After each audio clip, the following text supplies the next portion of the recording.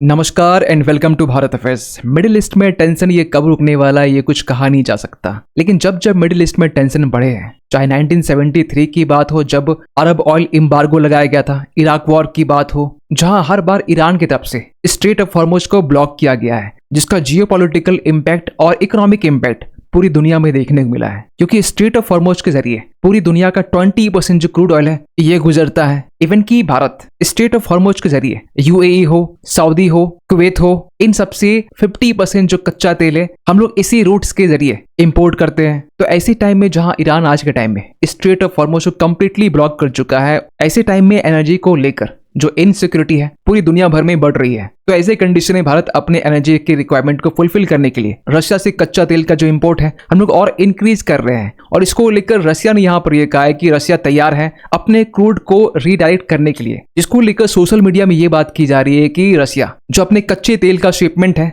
या तो बाल्टिक सी से या तो ब्लैक सी से करता है। इवन की रशिया के काफी ऐसे क्रूड शिपमेंट है जो एटलांटिक ओशन में, इवन की मेडिटेरियन सी में, अरेबियन सी में, इंडियन ओशन में देखने को मिलते हैं। और इसी को लेकर यहाँ पर यह कहा जा रहा है कि रशिया ने पहली बार उनके जो एलएनजी कैरियर हैं जो एटलांटिक सी होते हुए मेडिटेरियन सी और इसके बाद में रेड सी यहाँ पर देखने को मिला है। और कैपलर के डेटा के अकॉर्डिंग रशिया के जो एलएनजी कैरियर है इनके जो AIS डेटा है, ऑटोमेटेड आइडेंटिफिकेशन सिस्टम जो डेटा है, जिसमें बेसिकली स्पेसिफिक डेस्टिनेशन के बारे में कहा जाता है, इसमें साफ साफ पहली बार इंडिया का जिक्र किया गया। आप यहाँ पर देख पाएंगे, this mark the first known instance of a Russian LNG carrier transiting the Red Sea while openly declaring India as its destination. क्योंकि इसके पहले रशिया या तो AIS को ब्लैंक रखता था या फिर डेस्टिनेशन मेंशन करता नहीं था। लेकिन मिडिल ईस्ट में टेंशन को देखते हुए यूएस के सुप्रीम कोर्ट की तरफ से ट्रम्प की टैरिफ को स्टक डाउन करने के बाद में रशिया ने पहली बार ओपनली इंडिया का नाम मेंशन किया है AIS डेस्टिनेशन में। और आप देख पाएंगे इस पर दुनिया भर के आर्टिकल पब्लिश किए जा रहे हैं। इवन की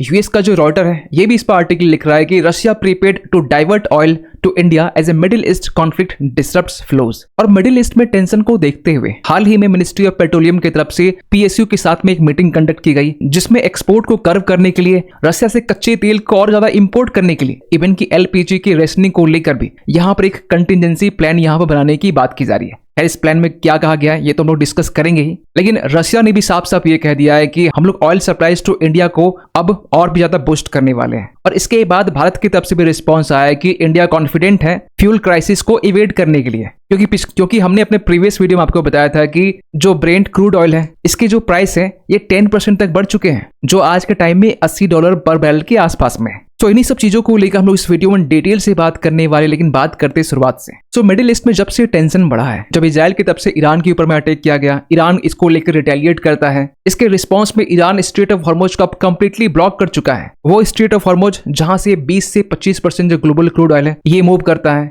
और जहां भारत आज के टाइम में 85% के आसपास में जो क्रूड ऑयल है ये इंपोर्ट करता है, उसमें से जो LNG का शेयर है ये 60% के आसपास में। आपको बताना चाहते हैं कि हम लोग 40% के अराउंड जो LNG है, लिक्विफाइड नेचुरल गैस, इसे डोमेस्टिकली प्रोड्यूस करते हैं, लेकिन 60% जो है ये हम लोग स्ट्रेट ऑफ हॉर्मुज के जरिए मिडिल ईस्ट से ही इंपोर्ट करते हैं। और आज के टाइम में हमारे पास में 50 दिनों के लिए ऑयल के स्टॉक्स हैं, लेकिन गवर्नमेंट ने यहाँ पर यह कहा है कि हम लोग और भी ऑप्शंस को यहाँ पर एक्सप्लोर कर रहे हैं। और इसी को लेकर ministry of petroleum and natural gas की तरफ से जितने भी PSUs हैं इनके साथ में एक हाई लेवल की मीटिंग कंडक्ट की जाती है। आप यहाँ पर देख पाएंगे, जिसमें यह कहा जा रहा है कि we are continuously monitoring the evolving situation and all steps will be taken in order to ensure availability and affordability. ऐसा नहीं कि मिडिल ईस्ट में क्राइसिस है और जो ऑयल के प्राइसेस हैं, जो पेट्रोल के प्राइसेस हैं, इवन की LPG के प्राइसेस हैं वो बढ़ गए हैं। तो इसे भी यहाँ पर ध्यान रखा गया कि अफोर्डेबिलिटी और availability of major petroleum products in the country. और इसी को लेकर यहाँ पर एक कंटिजेंसी प्लान बनाई गई है, जिसमें यहाँ मुख्य तौर पर फोकस किया गया एक्सपोर्ट के रिस्ट्रिक्शंस पर। आपको बता दें कि भारत जो कच्चा तेल इंपोर्ट करता है हम लोग इसे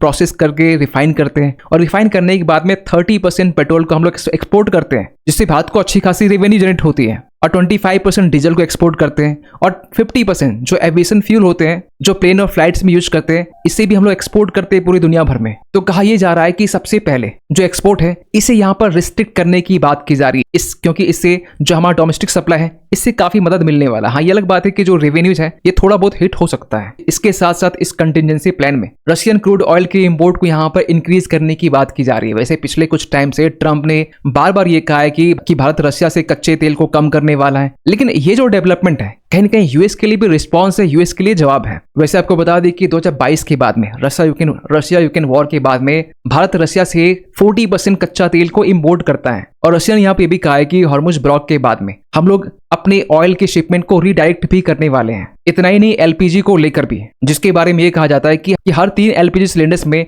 2 जो है वो वेस्ट एशिया से ही आता है। इसको लेकर भी यहाँ पर डिमांड मैनेजमेंट मेजर लेने की बात की जा रही है, जिसके तहत में सबसे पहले जो प्रायोरिटी यहाँ देने की बात की जा रही है वो है कुकिंग गैस को लेकर, क्योंकि एलपीजी का बेसिकली जो यूज होता है ना, ये कुकिंग में ज्यादा होता है। खासकर अर्बन एरिया की बात करें तो यहाँ पर अप्रॉक्स 100% एलपीजी के ऊपर ही डिपेंडेंट है। खैर, इसके अलावा भी एलपीजी का यूज है, ये व्हीकल्स के तौर पर, फॉक लिफ्ट या फिर लाइटनिंग के तौर पर, या फिर हॉट एयर बैलून्स, या फिर जो एलपीजी गीजर्स होते हैं यहाँ पर भी यूज किए जाते हैं। तो इसी को लेकर यहाँ ये कहा जा रहा है कि गवर्नमेंट यहाँ पर एक टारगेटेड रेशनिंग इंट्रोड्यूस करने वाली है यूजर्स के लिए, जिसमें जो इसेंशियल सेक्टर्स है उसे यहाँ पर प्रायोरिटी देने वाली है। आप यहाँ पर भी देख पाएंगे जहां लिखा हुआ है कि गवर्नमेंट में ask companies to cut exports, increase auto fuel LPG supplies. खैर, यहाँ पे भी कहा जा रहा है कि जो भी हमारे पीएसयूज हैं, पब्लिक सेक्टर अंडरटेकिंग्स, चाहे एचपीसीएल हो, बीओसीएल हो, अगर जरूरत पड़े तो डोमेस्टिक मार्केट्स के डिमांड को फुलफिल करने के लिए और भी एलपीजी को यहाँ पर प्रोड्यूस किया जा सकता है। वैसे आपको बता दें कि 50% जो हम लोग एविएशन फ्यूल को एक्सपोर्ट करते हैं, तो इसके सरप्लस को कम करके हम लोग क्रूड ऑयल की जो प्रोसेसिंग है, हम लोग इसे एलपीजी में डाइवर्ट करने वाले हैं। खैर, इसको लेकर रशिया ने भी यहाँ पर यह कहा है कि हम लोग इंडिया के एनर्जी के नीड्स को पूरा करने के लिए हम लोग तैयार हैं, और रशिया ने यह भी कहा है कि हमारी जो ऑयल शिपमेंट है ये तैयार है इंडिया को डिलीवर करने के लिए। आप यहाँ पर भी देख पाएंगे रशिया ने यहाँ पे कहा है कि इंडिया अ हेल्पिंग हैंड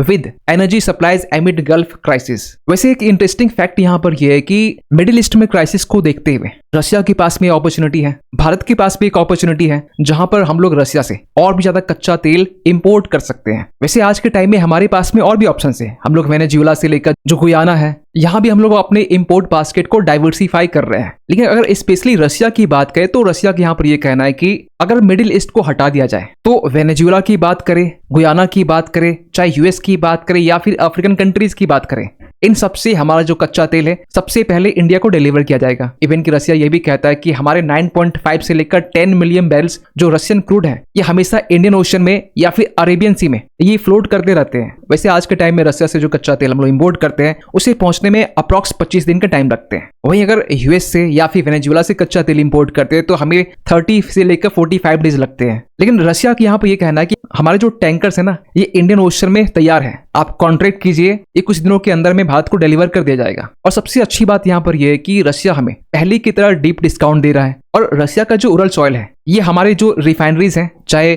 वादिनार हो या फिर रिलायंस के हो, ये काफी सूटेबल माने जाते हैं as comparison to Brent oil. और अगर रशिया हमें 10 से लेकर 20 बैरल पर डॉलर ये डिस्काउंट अगर देता है तो इससे भारत हर साल 9 से लेकर 11 बिलियन डॉलर ये सेव कर सकता है। वैसे आपको बता दें कि हाल ही में ब्रेंट ऑयल को लेकर ये भी अपडेट आया कि इसमें 10% की बढ़ोतरी हुई है, जहां पर जो क्रूड ऑयल के प्राइसेस हैं ये $80 पर बैरल ये पहुंच चुके हैं। और रशियन ऑयल को लेकर यह भी कहा जाता है कि कोई लॉजिस्टिक बैरियर नहीं है, ट्रांजिट टाइम्स भी कम लगते हैं, क्योंकि अगर लॉन्गर ट्रांजिट टाइम्स होंगे तो फ्रीट कॉस्ट ज्यादा होंगे, जो इंश्योरेंस प्रीमियम है वो भी हमें ज्यादा पे करने होंगे। और रशिया ने किस तरीके से यूएस के सैंक्शंस को यहाँ पर इग्नोर किया है, आपको बताना चाहते हैं कि रशिया का जो एलएनजी कैरियर है ये रशिया से होते हुए अटलांटिक सी, मेडिटेरेनियन सी होते हुए रेड सी में आज के टाइम में है। और ऐसा पहली बार देखने को मिला है कि रशिया का जो एलएनजी कैरियर है उसमें जो AIS डेटा है जिसमें स्पेसिफिक डेस्टिनेशन मेंशन होते हैं उसमें क्लियरली इंडिया का नाम लिखा हुआ है। और इसे पहली बार देखने को मिला है कि रशिया का जो एलएनजी टैंकर है उसमें डेस्टिनेशन इंडिया का नाम लिखा हुआ है, क्योंकि यूजुअली होता ये था कि जो रशियन टैंकर्स होते थे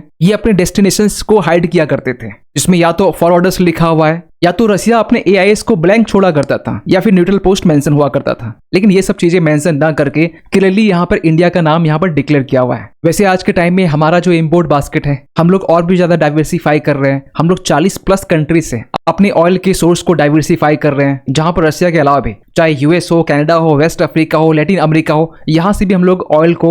को परचेज कर रहे हैं। इतना ही नहीं, EU की तरफ से भी यूक्रेन के ऊपर में ये प्रेशर लगाया जा रहा है कि जो रशियन ऑयल पाइपलाइन है जिसे फिलहाल भी ब्लॉक कर दिया गया है, इसके एक्सेस को यहाँ पर अलाउ करने की बात की जा रही है, क्योंकि EU भी समझ चुका है कि मिडिल ईस्ट में जो टेंशन है ये कब रुकने वाला है कुछ पता नहीं है। लेकिन इससे जो ग्लोबल ऑयल प्राइसेस है ये बढ़ सकते हैं। और इसी के साथ साथ जो सऊदी का जो अरामको है, जहां पर ईरान की तरफ से लास्ट 48 आवर्स में एक नहीं 2 बार स्ट्राइक यहाँ पर किया गया है जो कि वर्ल्ड का लार्जेस्ट ऑयल एक्सपोर्ट हब माना जाता है। तो सऊदी ने भी यहाँ पर यह डिसाइड किया है कि अब हम लोग स्ट्रेट ऑफ हॉर्मुज को बाईपास करके रेड सी के जरिए कच्चे तेल को एक्सपोर्ट करने वाले हैं। खैर, आप क्या सुनते हैं इस अपडेट को लेकर कमेंट कीजिएगा। मिलते किसी अगले वीडियो में, तब तक के लिए थैंक यू सो मच।